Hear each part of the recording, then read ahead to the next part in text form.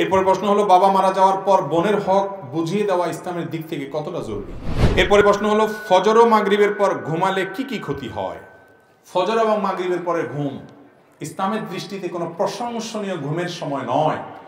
ফজরের সময় যদি কেউ ঘুমায়, ফজরের পর ফজর পড়ে, এতে বড় কোনো গুনাহ হবে না, কোনো গুনাহ হয়ে যাবে ব্যাপারটা সেরকম না, কিন্তু এটা অনুত্তম, অনুচিত। কারণ এই ফজরের পরের টাইমটা দোয়া কবুলের সময়, জিকিরের সময়। নবী করিম সাল্লাল্লাহু আলাইহি ওয়াসাল্লাম এই সময় দোয়া জিকির করতেন।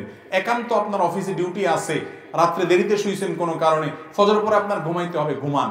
অন্তত ফজরের পরে সূর্য ওঠা পর্যন্ত অপেক্ষা করে এশাকের সালাতটা পড়ে তারপরে অন্তত ঘুমান। কথা কি বুঝাইতে পারছি? নবীজি সাল্লাল্লাহু আলাইহি ওয়াসাল্লাম দোয়া করছেন, আল্লাহুম্মা বারিক লি উম্মতি ফি বুকুরিহা, আল্লাহ আমার উম্মতের জন্য সকালের সময়টাতে বরকত দিয়েন।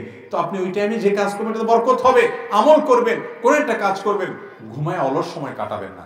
যদি কোনো কারণে আপনি ঘুমায় পড়েন, শরীরটা খারাপ লাগছে, বা পরে আর ঘুম আসবে না, বা আপনার অফিস ডিউটি আছে, এতে বড় কোনো গুনাহ হবে না, ঘুমান।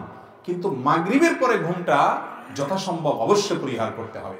কারণ নবী করিম সাল্লাল্লাহু আলাইহি সাল্লাম কানা ইয়াকরাহুন নাওমা ক্বাবলাল ইশা ওয়াল হাদিস বাদা, নবীজির অভ্যাস ছিল তিনি এশারের আগে মাগরিবের পরে ঘুমানোটাকে অপছন্দ করতেন, আর এশারের পরে কথা বলা অপছন্দ করতেন।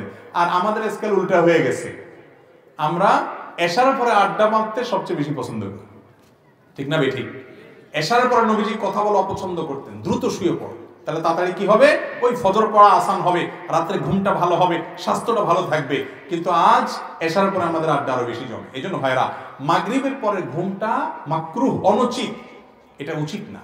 হ্যাঁ, কারণ শরীর খারাপ, কোনো কারণে অসুস্থ কোনোদিন, ভিন্ন কথা, কিন্তু মাগরিবের পরে ঘুমানো উচিত না। বিশেষ করে মাগরিবের পরে শুলে অনেক সময় এশার পড়া হয় না, এই জন্য মাগরিবের পরে ঘুমটা মাকরুহ এবং অনুচিত।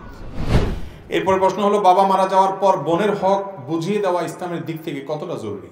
ইসলামের দৃষ্টিকোণ থেকে বাবা মৃত্যুর পর বোনের হক বুঝিয়ে দেওয়া আবশ্যক, অত্যন্ত অতীব জরুরি একটি বিষয়। এটা ফরজ।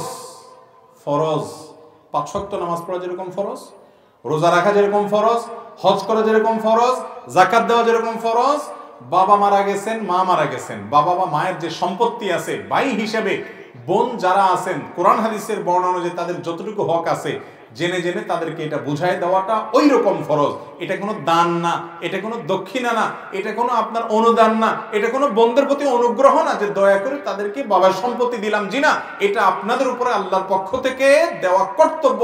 আল্লাহ কোরআনে বলেছেন, ফরিদাতুম মিনাল্লাহ, এটা আল্লাহর পক্ষ থেকে নির্ধারণ, আল্লাহর ফরজ, এটার বরখেলাপ করা যাবে না। ম্যাক্সিমাম মানুষ আমাদের দেশে ওয়াজ শুনে, মাহফিলে আসে, জুমা পড়ে, ৫ ওয়াক্ত পড়ে, মাথায় টুপি রাখে, দাড়ি দেয়, হয়তো ইসলামও প্র্যাকটিস করে অনেক দিক থেকে, মাশাআল্লাহ, কিন্তু বাবা মারা যাওয়ার পর বাবার সম্পদে যে বোনদের অধিকার আছে সেটা ঠিক মতো দেয় না। আছে না নেই? বলে যে আমরা তো বাপ মারে খাওয়ান দিছি, বোনরা তো আর দেয় নাই।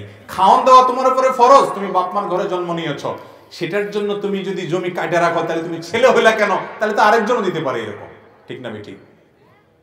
মেয়েদের উপরে, তারা পরের সংসার করতে গেছে, তাদের আর্থিক ক্ষমতা নাই, যদি না থাকে তাদের উপরে কর্তব্য না, তোমার উপরে ফরজ, তুমি ফরজ আদায় করছো, আল্লাহর কাছে সওয়াব পাবা। সেজন্য বাবার সম্পদ সব রেখে দিবা, বোনকে দিবা না, এটা গুনাহ হবে। বেশিরভাগ ভাইরা এই কাম করেন, বোনদের হক দেন না। শুনে রাখেন ভালো করে, এই ফরজ তরক করে গুনার জন্য কিয়ামতের ময়দানে দাঁড়াইতে হবে। দুনিয়াতে বোনরা কিছু বলবে না, হাসি মুখে থাকবে, বলবে ভাই অসুবিধা নেই, আখিরাতে ঠিকই ধরবে। কেউ কাউকে সেদিন ছাড়বে না। আল্লাহর ভয় থাকলে, কিয়ামতে দাঁড়ানোর ভয় থাকলে অবশ্যই বোনদের হক দিয়ে দেন। বোনদের হক দিলে সম্পদ কমবে না, আল্লাহ বরকত দিবে ইনশাআল্লাহ।